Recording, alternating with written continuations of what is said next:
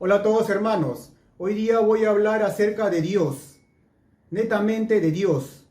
Voy a hablar de la idea de Dios que tenían nuestros antepasados hace miles de años, cuál es la idea de Dios que tenemos hoy en día en las diferentes religiones del mundo y cómo creo que va a ser Dios en el futuro. Así es hermanos, cuando yo hablo de Dios es como si estuviese entrando a un terreno sagrado, a un terreno divino, donde mi espíritu se eleva a un estado superior de iluminación y entra en contacto con el todo, con el cosmos. Así es hermanos. Bueno, empecemos. ¿Cuál era la idea de Dios que tenían nuestros antepasados hace miles de años? El hombre de las cavernas, cuando vivían en cuevas, cuando eran nómades. Ellos, para relacionarse con lo luminoso, con lo sagrado, coleccionaban objetos que ellos consideraban sagrados, como piedras, pequeños objetos con formas extrañas, algunos adornos, los juntaban, los coleccionaban y empezaban a adorarlos, a generar los primeros rituales de la antigüedad. Es así como empezó la religión y la relación del ser humano con la antigüedad, hace miles y miles de años en la edad de la piedra. Posteriormente, cuando ellos se convirtieron en sedentarios, cuando descubrieron la agricultura, la religión avanzó junto con ellos y evolucionó para convertirse en una religión un poquito más organizada, donde aparecieron los curanderos, aparecieron los chamanes, y la religión se convirtió en una religión congregacional, donde el pueblo, el grupo de personas, escogían un lugar adecuado de la aldea para realizar sus rituales religiosos o para realizar sus sacrificios, como por ejemplo la parte alta de una colina. Es ahí donde realizaban los sacrificios, con la finalidad de pedir favores a los dioses. Ofrecían a sus hijos, a las señoritas vírgenes o al hijo primogénito. Así era en la antigüedad, porque ellos creían que los dioses requerían de esos sacrificios para tener favores, para que no les envíen los terremotos, los maremotos, los tsunamis y todas las calamidades de la naturaleza. Y ellos poder recibir la bendición para que les venga la lluvia, para la buena cosecha. Así era en la antigüedad, producto de la ignorancia y la evolución de la persona, porque desde la antigüedad los humanos hemos estado en evolución y la idea de Dios, conforme avanza, la humanidad evoluciona, cambia. Después de eso llegó la edad de los metales, donde la religión pasó a ser politeísta, dejó de ser animista. Ejemplo de eso está la religión antigua de los griegos, de los romanos, de los nórdicos, de los egipcios. Ellos eran politeístas, tenían varios dioses. Todos ellos eran dioses antropomórficos de forma humana. Y se continuaban con los sacrificios. Los sacrificios también fueron evolucionando. Dejaron de sacrificar a sus hijos, a los humanos, para empezar a sacrificar animales, corderos, ovejas o vacas. Es así como la religión evoluciona en el tiempo. El politeísmo llega ya con la construcción de grandes monumentos en honor a los dioses. Se vuelve piramidal la religión. Los sacerdotes, los pastores, son los que tienen comunicación con los dioses, con lo divino. Y así, con los años, llegaron el judaísmo, hace 3000 años. Los judíos introdujeron la idea del monoteísmo, de un Dios único, creador del universo. Los judíos inicialmente eran una aldea pequeña y ellos tenían su propio Dios, al que le llamaban Jehová, Yahvé, Elohim, Hashem, no sé. Pero su Dios de ellos era el Dios verdadero del universo. Y los dioses de las otras aldeas, de las otras culturas, de los otros pueblos, eran dioses falsos. Por lo tanto, cuando ellos tenían guerras, conflicto con sus vecinos, ellos tenían que ganar la guerra porque su Dios era verdadero. En realidad era una guerra de un Dios contra el otro Dios. Pueblo que ganaba era porque su Dios era más poderoso que su Dios.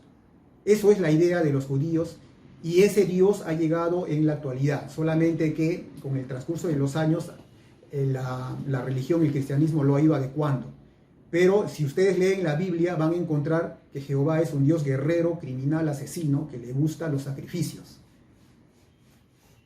Así es.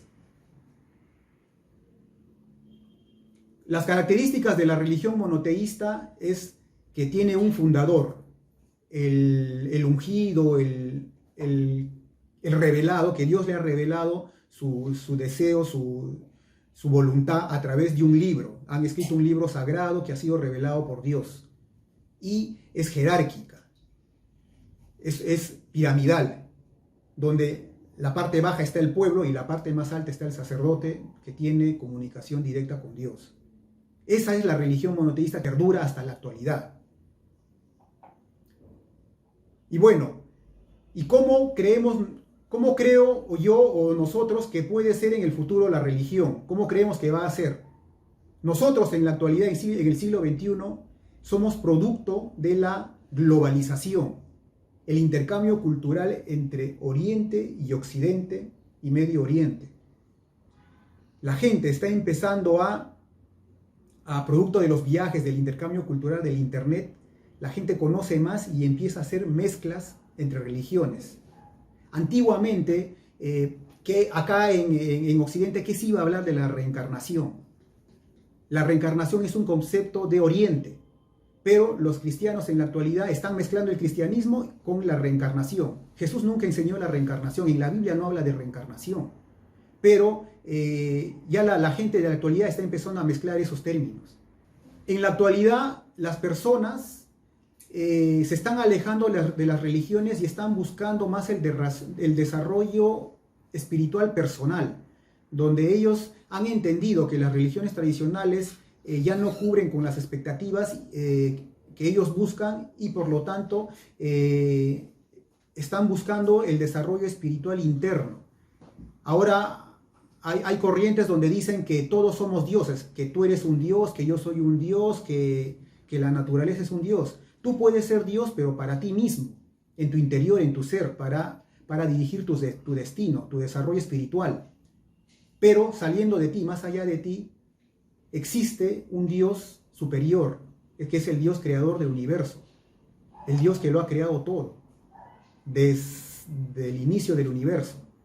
Nosotros, al ver todo ese cambio de pensamiento de la humanidad, somos producto de la globalización y creemos que en el futuro la idea de Dios va a cambiar. Porque si la humanidad, si la Tierra no es el centro del universo, la Tierra es una parte ínfima del cosmos, eso quiere decir que hay vida por todo el universo. Por lo tanto, Dios no puede tener forma humana, como nos dicen, que nos han creado a imagen y semejanza de Dios. Dios es el creador de todo. Para mí Dios es una especie de energía, una especie de sabiduría infinita, que irradia energía, vida en todo el universo. Para mí eso es Dios. Ahora, pasando a otro tema. ¿Cómo ven a Dios en la actualidad las diferentes religiones de hoy en día? ¿Cuál es el concepto de Dios que ellos tienen? Bueno, empecemos por el hinduismo, que es la religión más antigua de la actualidad. El hinduismo tiene sus orígenes hace 2000 o 1500 años antes de Cristo, es la religión más antigua. Ellos tienen otro concepto del universo, otro concepto de Dios. El hinduismo tiene como 320 millones de dioses. Existe una cantidad de dioses incontables. Ni los mismos hindúes saben la cantidad, quiénes son sus dioses. Cada aldea, cada pueblo tiene su propio dios, cada familia tiene su dios. Pero para el hinduismo existen 3 dioses principales. Brahma, que es el creador del universo. Vishnu, que es el que mantiene el universo. Entonces ahorita Vishnu es el que está manteniendo el universo. Y después es Shiva, que es el destructor del universo. Después de que Shiva haya destruido el universo, Brahma nuevamente lo vuelve a crear para que Vishnu lo mantenga y Shiva lo vuelva a destruir. Es cíclico. La religión hinduista es cíclico. Eso es el concepto del universo que tienen los hindúes. Después de eso viene el judaísmo. Es una religión de hace 3000 años, donde los judíos tienen la idea de un Dios creador del universo que se llama Jehová, Jehová de los ejércitos. Según los judíos, tiene que llegar el Mesías para que traiga la paz mundial, para que llegue la era mesiánica. El Mesías tiene que construir el tercer templo, tiene que llevar de regreso a todos los judíos dispersos en el mundo a Israel y tiene que traer la paz con sus enseñanzas. Van a resucitar los muertos y va a llegar la vida eterna. Yo no entiendo cómo van a resucitar los muertos de hace 200.000, 300.000 años. Lo que sucede es que para los judíos la humanidad, el universo solamente tiene 6.000 años, porque así lo dice la Biblia. Esa es la religión de los judíos. Después de los judíos, la religión más antigua es el budismo, que está en Oriente. El budismo, con su fundador Siddhartha Gautama Buda, de hace 500 años antes de Cristo, promediando, él trajo unas enseñanzas en contraposición al hinduismo. Buda se oponía al sistema de castas.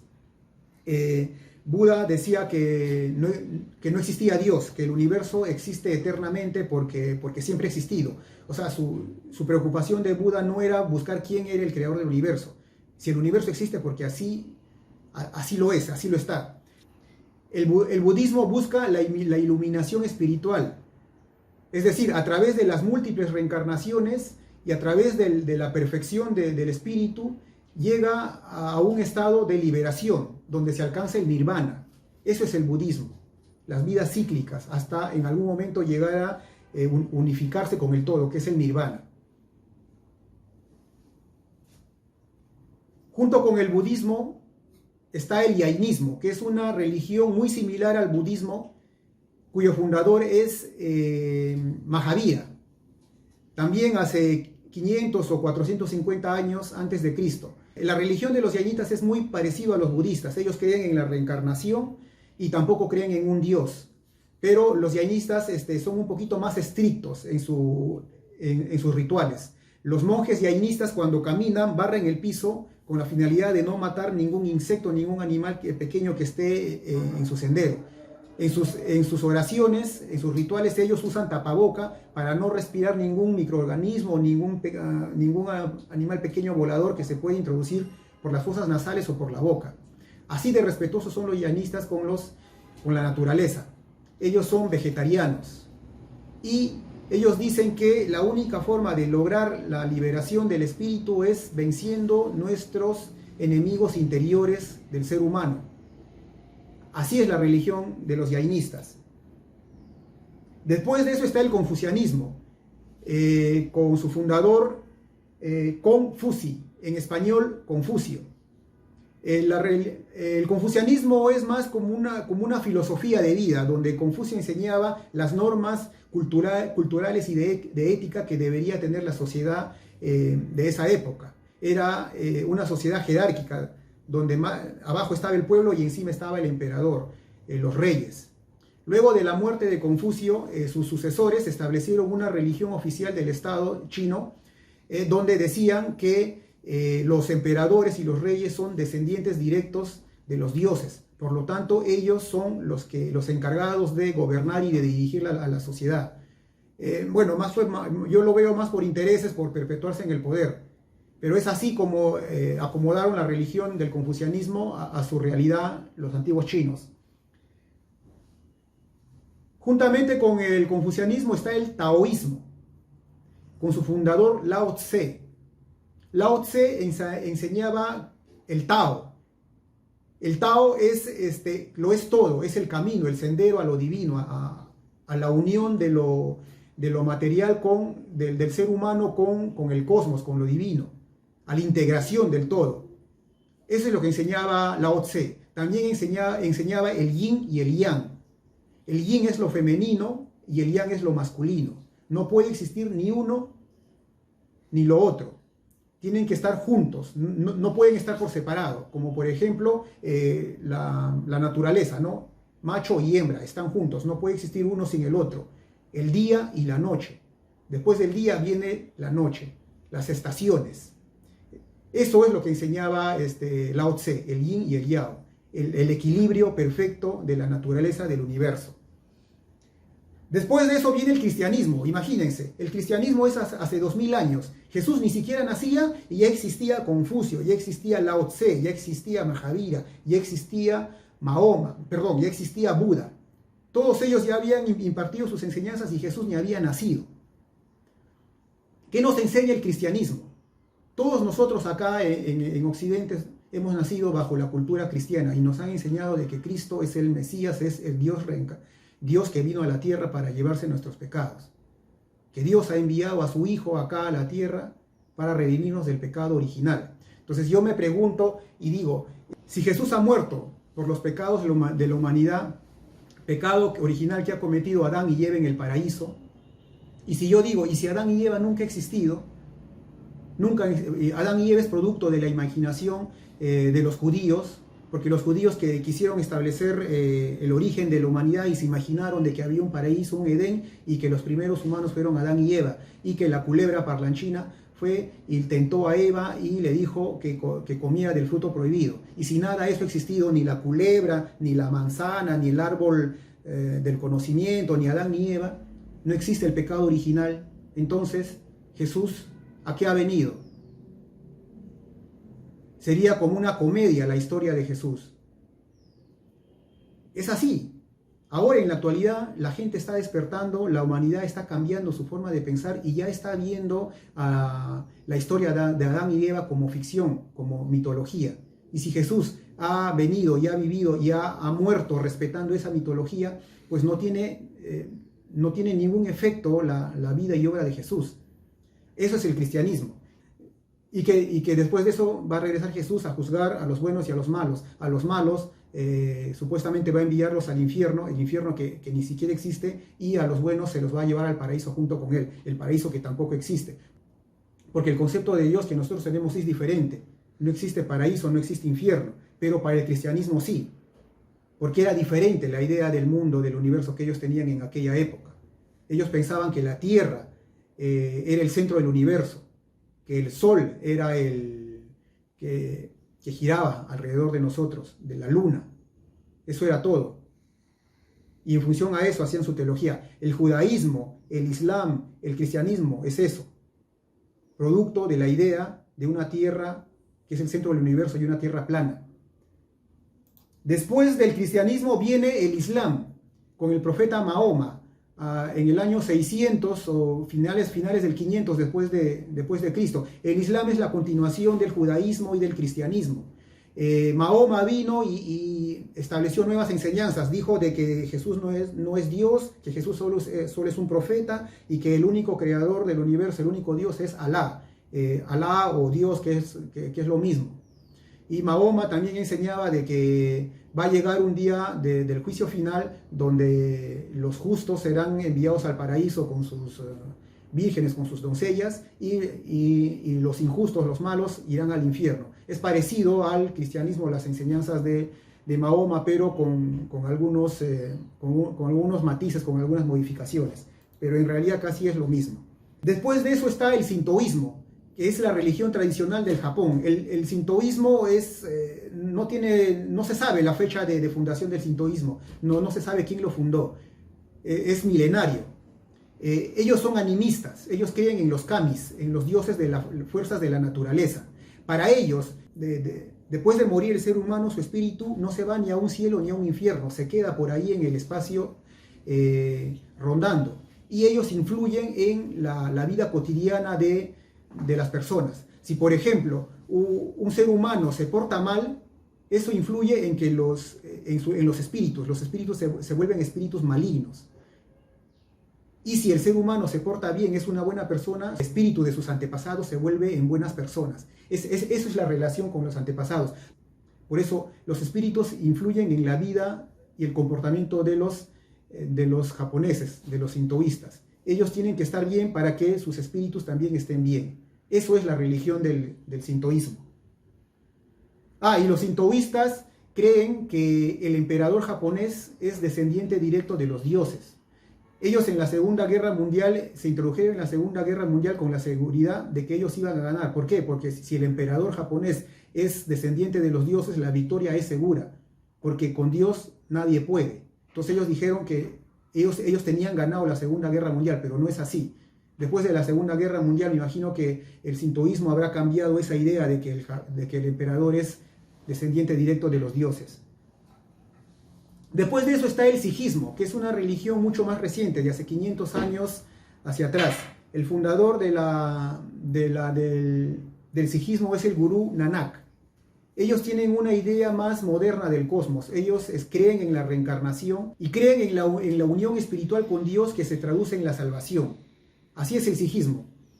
Bueno, eso fue un resumen de todas las religiones principales que existen hoy en día. Y ahora, pasemos a otro tema. ¿Cuáles son los argumentos para la existencia de Dios? Los argumentos principales. Está el argumento ontológico. El argumento ontológico es apriorismo, es a priori, es decir, que no necesitamos ningún tipo de prueba, ningún tipo de experiencia para demostrar la existencia de Dios. ¿Cómo es eso? El simple hecho de pensar en la existencia de Dios es porque Dios existe. O sea, nosotros nos imaginamos en el ser más grandioso, más grande, más elevado que puede existir y determinamos de que ese ser es Dios, el ser más poderoso y el más grandioso que puede existir. Un ejemplo del argumento ontológico es como decir que un conductor de un coche. Oye, mira ese conductor de un coche, ¿ves cómo maneja? Es un maestro, es nivel maestro.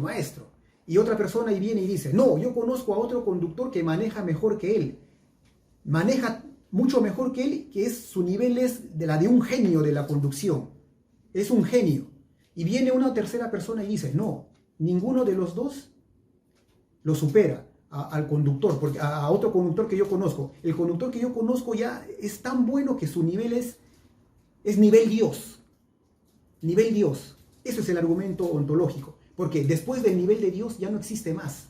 No existe otro nivel. O sea, ya no puede venir una cuarta persona y decir que ninguno de los tres anteriores son malos y que hay otro mejor. ¿Por qué? Porque más arriba de Dios no existe. Ese es el argumento ontológico, resumiéndolo así en palabras fáciles de entender. Después de eso viene el argumento cosmológico. El argumento cosmológico para mí es el argumento más fuerte para la existencia de Dios. ¿Por qué? Porque se refiere al origen del universo. Si nosotros nos vamos más atrás, al origen de los planetas, de las estrellas, de las galaxias, del cosmos, y llegamos al origen hacia atrás, ¿quién originó el universo? Según los ateos dicen que el universo ha existido siempre y el origen del universo fue el Big Bang, pero causado por las leyes de la naturaleza que ya existían. Pero yo me pongo a decir, ¿quién creó esas leyes de la naturaleza? ¿Cuál fue la causa primera para que las leyes de la naturaleza interactúen entre ellas y se genere el universo? Los ateos dicen que no sé, siempre estaban ahí, pero nosotros decimos que no, se necesita de Dios para poder crear el universo. Si nosotros supiéramos las leyes que rigen el universo, si algún día la ciencia logra demostrar cuáles son las leyes que rigen el universo, va a llegar el momento en que se diga, pero ¿quién hace que esas leyes del universo funcionen? Eso quiere decir que Dios está más arriba, está por encima de esas leyes del universo. Ese es el argumento cosmológico. Después de eso está el argumento del ajuste fino. El ajuste fino tiene relación con el argumento cosmológico. Significa que si hay vida en la Tierra es porque Dios lo ha ajustado perfectamente para que pueda existir la vida. ¿Por qué no hay vida en Marte? ¿Por qué no hay vida en Venus? ¿Por qué no hay vida en Mercurio? Pero ¿por qué si hay vida en la Tierra? ¿Por qué no hay vida más allá? Es porque la Tierra está calibrada, no sé, ajustada de tal manera de que se generen las condiciones para la vida. ¿Qué significa eso? Que existe Dios. Ese es el argumento del ajuste fino. Pero yo iría un poquito más allá. Yo diría, oye, ese argumento, ese ajuste fino que hay en la Tierra, también puede haber ajuste fino en otros sistemas solares, en otras galaxias, donde así como en la Tierra hay vida, también puede existir otros planetas donde se genere vida, también exista ajuste fino por todo el lugar del universo. Entonces, para que ese ajuste fino sea posible, ha tenido que intervenir algo divino, ¿no? La fuerza de Dios.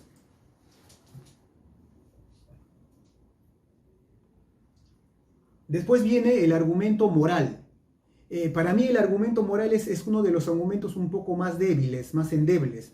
¿Por qué? porque la gente dice, ¿no? Oye, si no existiera Dios, sería moral matar, asesinar, cometer robos, hacer cualquier cosa, y como no existe Dios, seríamos como los animalitos, ¿no? No hay pecado, no hay culpa.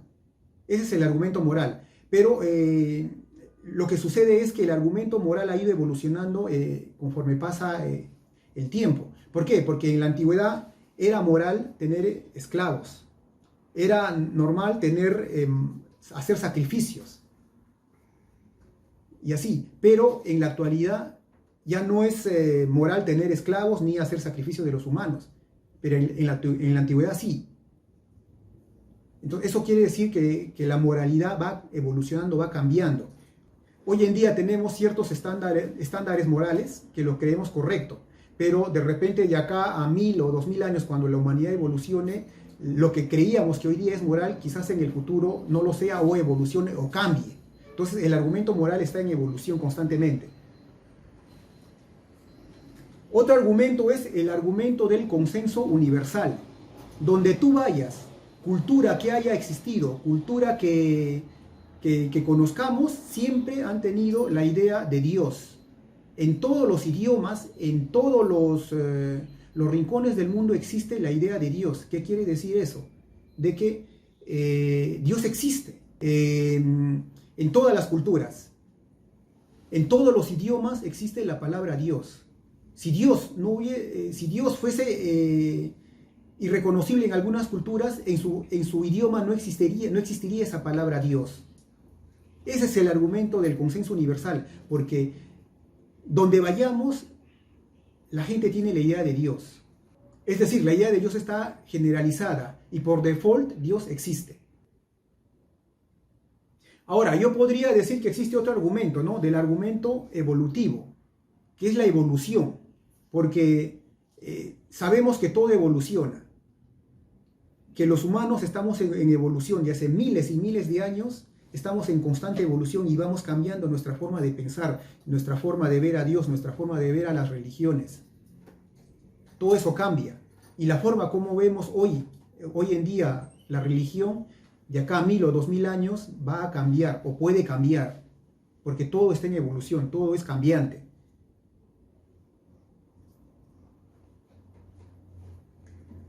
Ahora, pasemos a la hipótesis de la ubicación de Dios. ¿Dónde está Dios? Todo el mundo habla de Dios y queremos conocerlo a Dios. No sabemos dónde está. Yo tengo dos hipótesis acerca de la ubicación de Dios. Primero, de que Dios está en el centro del universo. Podría estar en el centro del universo. Después de haber creado el universo, Dios está ahí en el medio, en el núcleo, irradiando vida, sosteniendo el universo hasta cuando Él decida. El día que Dios decida que el universo se tiene que renovar, se renovará. Eso es mi primer argumento. Y la segunda hipótesis es de que Dios está fuera del universo. Igual, después de haber creado el universo, Dios está por encima del universo, está más allá del universo. Igual, manteniendo el universo y irradiando vida desde fuera. Pero si está fuera del universo, nos puede llevar a la idea de que existen otros universos, que existen más universos. No sabemos. Esas son las dos hipótesis que yo tengo de la ubicación de Dios. Pero en realidad la fuerza, la energía de Dios se siente en todo el universo. Ahorita mismo en este lugar se siente la energía de Dios.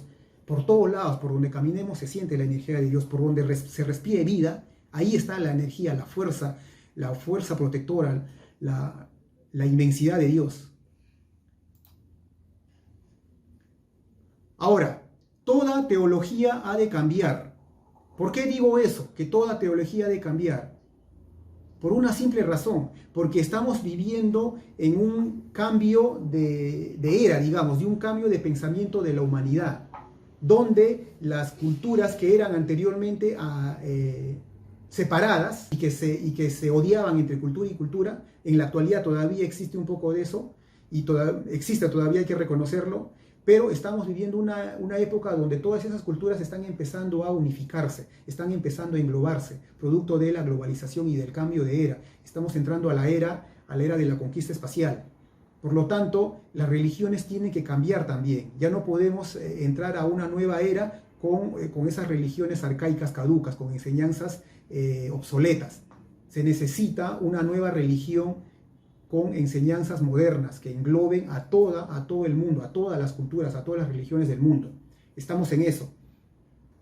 Ahora, les voy a dar un ejemplo para que ustedes me puedan entender por qué digo que toda teología ha de cambiar.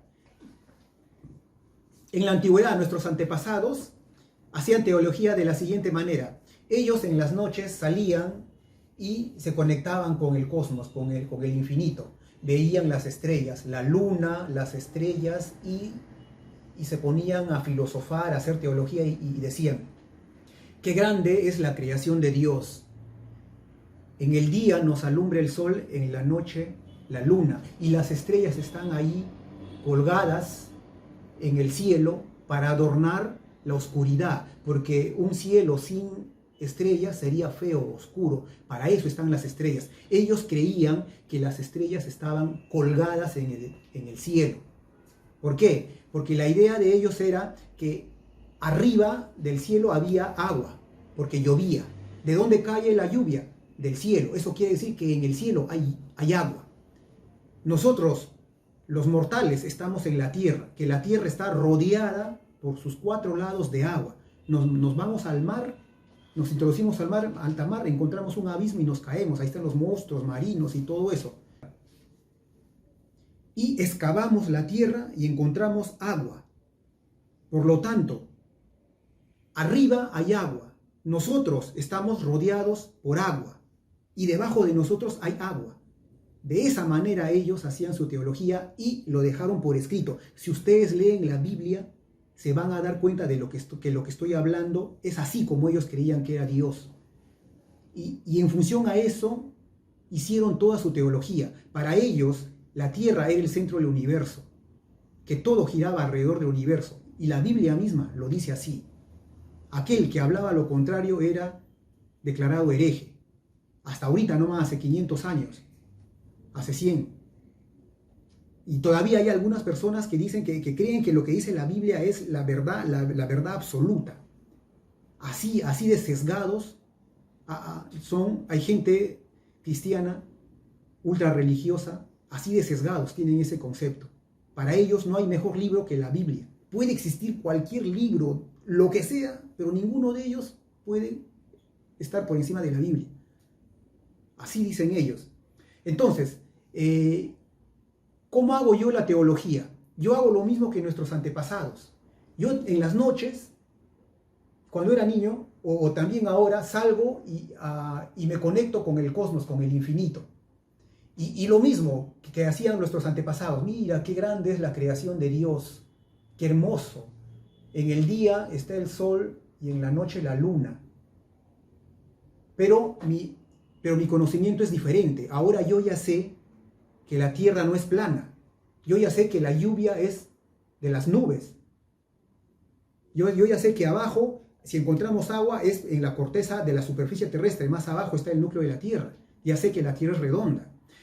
Ya sé que cuando en las noches yo salgo y me pongo a ver las estrellas, yo sé que esa estrella no está colgada en el cielo. Esa estrella puede ser una galaxia o puede ser un sol. Y si es un sol, tiene planetas que lo circundan. Y si es una galaxia, tiene millones y millones de soles. Entonces yo digo, qué lejos está esa estrella. ¿Cómo se ve esa estrella? ¿Cuántos años luz nos tocará para llegar ahí y poder saber si hay vida o no hay vida? ¿Cómo se ve esa estrella? ¿Por qué? Es producto del avance de la ciencia. ¿Por qué? Porque ahora los humanos contamos con aparatos que nos permiten ver a distancias increíbles y poder determinar que aquellas estrellas no es como nuestros antepasados lo creían, que estaban colgados de adorno. No, esas estrellas son como un sol o pueden ser una galaxia. Y en función a eso, toda la teología cambia. La teología que yo hago ahora no puede ser la misma que hacían hace 3000 años con el conocimiento limitado. Por eso yo digo que toda teología tiene que cambiar. Por ese ejemplo que les estoy dando. Ya no podemos decir de que Dios tiene forma humana, que nosotros somos a imagen y semejanza de Dios. Ya no. Para nosotros Dios es mucho más. Dios puede ser una energía, Dios puede ser el cosmos, esa fuerza creadora que irradia vida en todo el universo. No lo sabemos. No, y no creo que lleguemos a saber cómo es Dios. pero definitivamente la idea de Dios que nosotros tenemos no es la misma que nos enseñan la Biblia, que nos enseñan las religiones de la actualidad. Ahora, ¿cómo debe ser la religión del futuro? Si nosotros hemos venido acá a establecer una nueva teología, una nueva forma de religión, la religión que nosotros ofrecemos no puede ser igual que las religiones antiguas. Primero, la religión no puede ser jerárquica, no puede ser piramidal como las religiones de la actualidad. Para llegar a Dios yo no necesito pasar por niveles. Iniciación, intermedio, maestro, supermaestro y iluminado. No. Todos estamos en el mismo nivel y tenemos la oportunidad de conectarnos con Dios directamente. No necesitamos niveles, no necesitamos organizaciones jerárquicas. ¿Por qué? Porque genera problemas. Las organizaciones jerárquicas traen problemas, traen cismas, separaciones, envidia, recelo, subordinación, porque el subordinado se siente maltratado por su jefe que está arriba. Genera resentimiento, odio y al final la pelea, los cismas, la separación. Y eso en la religión no se puede permitir. Para Dios todos somos iguales. No puede haber organizaciones jerárquicas piramidales. Todo eso desaparece. La religión no puede tener propiedades. ¿A Dios qué le interesa hacerse de propiedades? Las religiones de ahora, en la actualidad, tienen propiedades por acá, terrenos, instituciones, a nombre de la religión, a nombre de Dios. ¿A Dios qué le interesa la propiedad? ¿A Dios qué le interesa? La religión no es para hacerse rico, no es negocio. La religión es para conectarse con Dios. A Dios no le interesa que el ser religioso significa llenarse de propiedades. No, eso está mal. Eso tiene que desaparecer. La religión no tiene propiedades. Definitivamente no. Si quieres tener propiedades, anda, compra tus cosas. Anda, compra tu carro, tu mansión, tu casa de playa, lo que sea. Pero no uses la religión para hacerte de riquezas o de bienes materiales. La religión no se mezcla con la política. Desde la antigüedad, la religión se ha mezclado con el poder, con el dominio. Y ahora en la actualidad también. Ya no es como antes, pero ya un poquito se están separando la política con la religión. Pero igual, la religión quiere seguir manteniendo el poder. En algunos países, en algunas culturas, aún todavía la religión mantiene el poder. ¿A Dios qué le interesa el poder de las personas? El dominio de unas personas sobre otras personas. Dios no quiere eso. Para Dios todos somos iguales. Como ya digo, la relación de la humanidad con Dios es directa. No necesitamos nosotros ver que el rey, que el presidente es el representante de Dios en la tierra. No, eso no está bien. Eso es en la antigüedad. Para eso los humanos evolucionamos y tenemos que erradicar esa idea. A Dios no se debe mezclar con la política. Para nada. La religión no se mezcla con el dinero. Hoy en día sabemos que la religión es negocio. El diezmo es un negocio. ¿A Dios qué le interesa el dinero? El dinero es creado por el hombre y es usado por el hombre, pero ¿qué tiene que ver el dinero con Dios? ¿Por qué yo tengo que usar a Dios para enriquecerme, pedir diezmos, pedir aportes económicos a los creyentes? No. A Dios no se le relaciona con el dinero. Si tú quieres tener dinero, haz tu empresa, haz tu negocio, llénate de dinero, invierte, gana tu dinero, pero no uses a Dios para ganar dinero. Pide a Dios que te vaya bien en tus negocios. Haz tus negocios con fe, orándole a Dios, pero no uses a Dios para llenarte de dinero. Una cosa es pedir que te vaya bien en tu vida, en tus negocios, en tu aspecto económico, y otra cosa es usar a Dios para llenarte de dinero.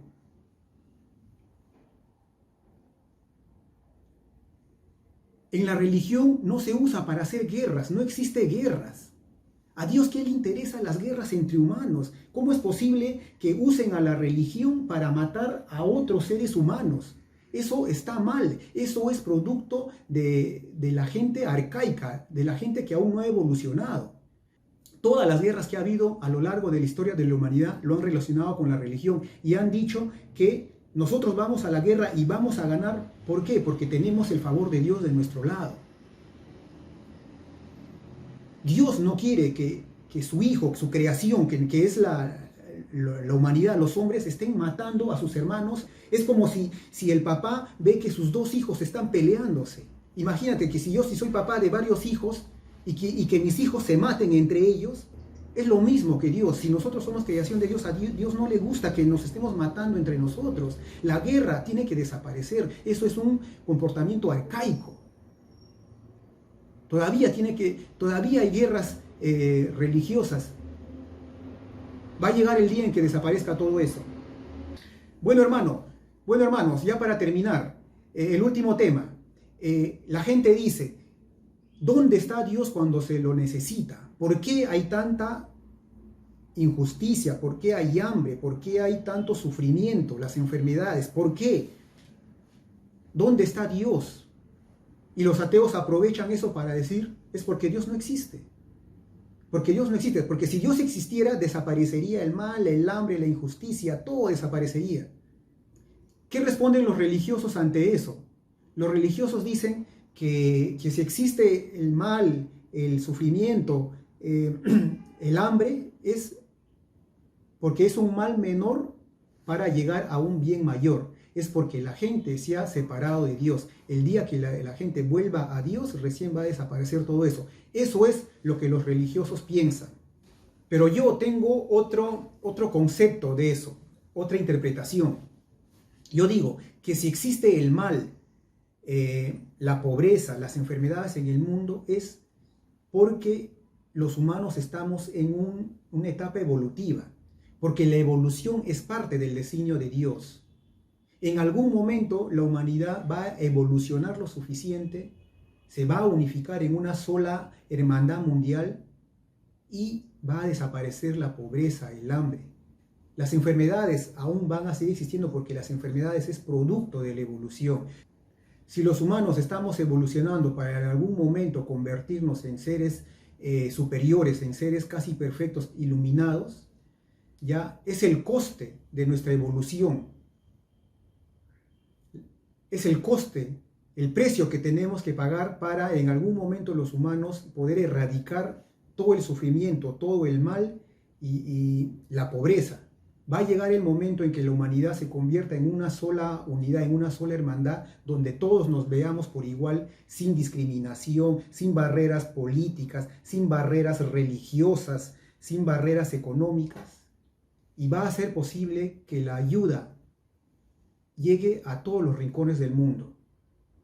Si hoy en día la gente se muere de hambre, no es porque no hay producción de alimentos, sino es que es bien difícil llegar a esas personas que necesitan por las barreras políticas religiosas. Todo eso tiene que cambiar, hermanos, porque el mundo, la humanidad está en evolución. Ahora estamos mejor que antes. Las hambrunas que existían en los siglos pasados, revisen la historia y las hambrunas que había, ahora en la actualidad está cambiando todo eso. No estamos del todo bien, pero estamos mejor que antes y nos falta aún mucho. Nos falta bastante, pero vamos a llegar a un día a erradicar todo tipo de pobreza en el mundo, todo tipo de hambre. Y la humanidad pasará a un estado superior de evolución. Todavía nosotros estamos evolucionando, estamos en un nivel intermedio bajo de evolución. Intermedio, ya llegaremos a un intermedio superior, para ya después con los miles de años llegar a una evolución ya muy elevada, como ya algunas sociedades, en algún lugar del universo hay seres que están demasiado evolucionados, nos llevan miles y miles de años de evolución. Y nosotros estamos en ese camino. Así es, hermanos. Para terminar, hermanos, vamos a hacer una oración al Padre Dios, al Padre Celestial. El Padre nuestro que hoy día nosotros rezamos está relacionado a un Dios personal, a un Dios a imagen y semejanza de nosotros, a un Dios donde el mundo, el planeta Tierra es el centro del universo. Todo eso tiene que cambiar porque nuestro concepto de Dios que nosotros tenemos es mucho más amplio. La humanidad es un microcosmos del universo, una pequeña porción del universo casi ínfima. Entonces la oración que tenemos que hacer a Dios tiene que cambiar. Bueno, ¿cómo se debe rezar ahora a Dios? Es de la siguiente manera. Padre nuestro, Dios del universo, santificado sea tu nombre. Acuérdate de nosotros que habitamos en este rincón del cosmos. Haz que tu luz descienda sobre nuestros corazones. Enséñanos el camino para conocer tu gloria. Que el amor y la paz sea el motor de nuestras vidas. Danos la fuerza para apartar el mal de nuestros corazones. Provéenos el sustento de cada día. Y inclúyenos a los humanos y a nuestro planeta dentro de tu plan divino. Amén.